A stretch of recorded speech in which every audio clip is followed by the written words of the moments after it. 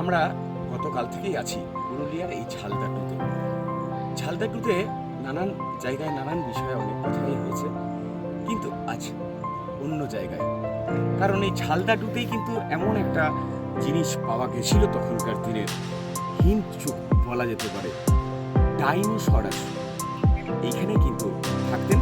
সরাসরি যাব ওই বিষয়ে পরে, একটা গল্প আপনাদেরকে তো অবশ্যই শোনাবো আমরা। গল্প হলেও কিন্তু কথাটা সত্য। এইখান থেকে কিন্তু নদী, কংসাবতী নদী কিন্তু বয়ে গেছিল প্রথম শুরু থেকেই। আজ আছি চিতপুর, ঝালদাটু ব্লক, আর সেই ব্লকে চিতপুর অঞ্চল সভাপতি আছেন আমাদের সঙ্গে। কারণ তিনি পঞ্চায়েতের প্রধানও ছিলেন এবং এখন কিন্তু তিনি তৃণমূলের অঞ্চলের অঞ্চল সভাপতি।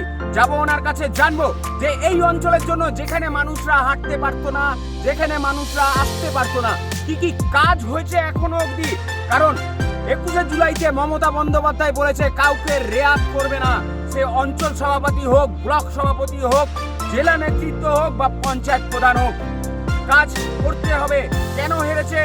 বাড়ি বাড়িতে যাও, তাদেরকে জিজ্ঞাসা করো, তাদের কাছে ক্ষমা চাও। আগামী দিনের সামনেই বিধানসভা, কারণ বিধানসভাতেই বড় নির্বাচন হতে চলেছে। একটু যাবো অঞ্চল সভাপতির কাছে। আপনার নাম? আমার নাম কালীচরণ মাহাতো। কালীচরণ বাবু প্রধান ছিলেন, অঞ্চল সভাপতি হয়েছেন, সাধারণ মানুষের জন্য কি কি এখনো কাজ করেছেন একটু যদি বলেন ডেলি নিউজের পর্দায়। সাধারণ মানুষের কাছে কাজ করা হয়েছে। দেখুন, আমাদের এখানে প্রায় পায়ে হাঁটারও রাস্তা ছিল না এই লোকালিটিগুলো। সেগুলোতে প্রধান ছিলাম তখন মাটি মোড়ামের রাস্তার কাজ চলছিল। এখন তো মাটি মোড়ামের রাস্তার কাজ প্রায় বন্ধই হয়ে গেছে, চলেনি আর। তো তখন মাটি মোড়ামের কাজ গোটা জিপিতেই করা হয়েছিল। এখন যতটুকু সম্ভব হয়, মানে ওই দিদির পথশ্রী বা আরও অন্যান্য ফান্ড থেকে রাস্তাশ্রী যেগুলো আছে সেগুলোর থেকে পিসিসি ঢালাই এইসব কাজ করা হয়। এই কাজগুলো হয়েছে বাচ্চাদের পড়ুয়ারা যারা স্কুল যেতে পারতো না, সেই জায়গাগুলো কি কাজ করেছেন? হ্যাঁ, বাচ্চা যেখানে স্কুল যেতে পারতো না সেখানেও কাজ করা হয়েছে। আবার এখনও যদি কোনো জায়গায় অসুবিধা থাকে সেটা নিজে থেকে আর কি ঠিক করা হয় ওই জায়গাগুলোতে। আপনার জিপি থেকে এই হার আগামী দিনে বিধানসভা পরিপূর্ণতা পাবে তো? একদম পরিপূর্ণতা পাবে বিধানসভা। তাহলে কি আবার দিদির হাতটা শক্ত হবে আপনার ধরেই?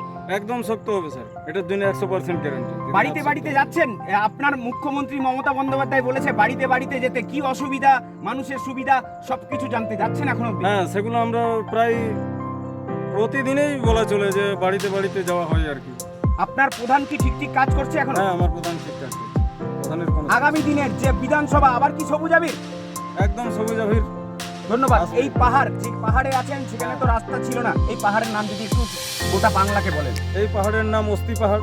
এখানে যদি পথশ্রীর রাস্তা একটা হয় তাহলে আমি অনেক উপকৃত হবে এবং এলাকার লোকও উপকৃত হবে। এখানে অনেকগুলো লোক পিকনিক করতে আসে বা ধরুন পর্যটন কেন্দ্রও বলা চলে জায়গাটা। তো এখন তো আগামী দিনে কি আবার পর্যটন কেন্দ্র হতে চলবে? তাহলে কি মুখ্যমন্ত্রীকে বলা যাবে এই কথা? একদম এখানে পর্যটন কেন্দ্র হতে চলবে। এই পাহাড়ের মূল উদ্দেশ্যটা কি, এখানে কি ছিল আগামী? এখানে আপনারা শুনেছেন, এখানে আমরা পূর্বপুরুষদের কাছেও শুনেছি। আবার যিনি আনন্দমার্গ বলে একটা সংস্থা আছে, ওনার যিনি প্রতিষ্ঠাতা শ্রী শ্রী প্রভাত রঞ্জন সরকার, উনিও বলেছেন। এবং আমরা ছোটোবেলা যখন পড়াশোনা করেছিলাম এই সামনেই একটা প্রাইমারি ইংলিশ মিডিয়ামের স্কুল নার্সারি ছিল, তখন থেকেই আমরা এখানে শুনেছি নাকি এখানে হিমযুগে ডাইনোসর বাস করত এবং সেগুলো এই অস্থি পাহাড়ের উপরেই সমস্ত ডাইনোসরগুলো এসে এক জায়গায় জমা হতো আর সেগুলি একসাথেই মারা গেছে। এক একটা ডাইনোসরের আয়তন বা আকৃতি আমরা যেটা শুনেছি মনে হয়তো 10 থেকে 12টা হাতির মতো। ধন্যবাদ, অসংখ্য ধন্যবাদ। শোনালাম আপনাদেরকে পাহাড়ের সম্বন্ধে, তো করলেই আগামী দিনের বিধানসভায় কিন্তু বিপুল ভোটে জয়ী হবে বলছেন অঞ্চলের অঞ্চল সভাপতি। আমরা থাকবো সঙ্গে, আপনারাও থাকবেন। দেখছেন ডেলি নিউজ, ক্যামেরায় মদনের সঙ্গে সুপ্রিয় বড়মানিকের রিপোর্ট, ডেলি নিউজ ঝালদাটু।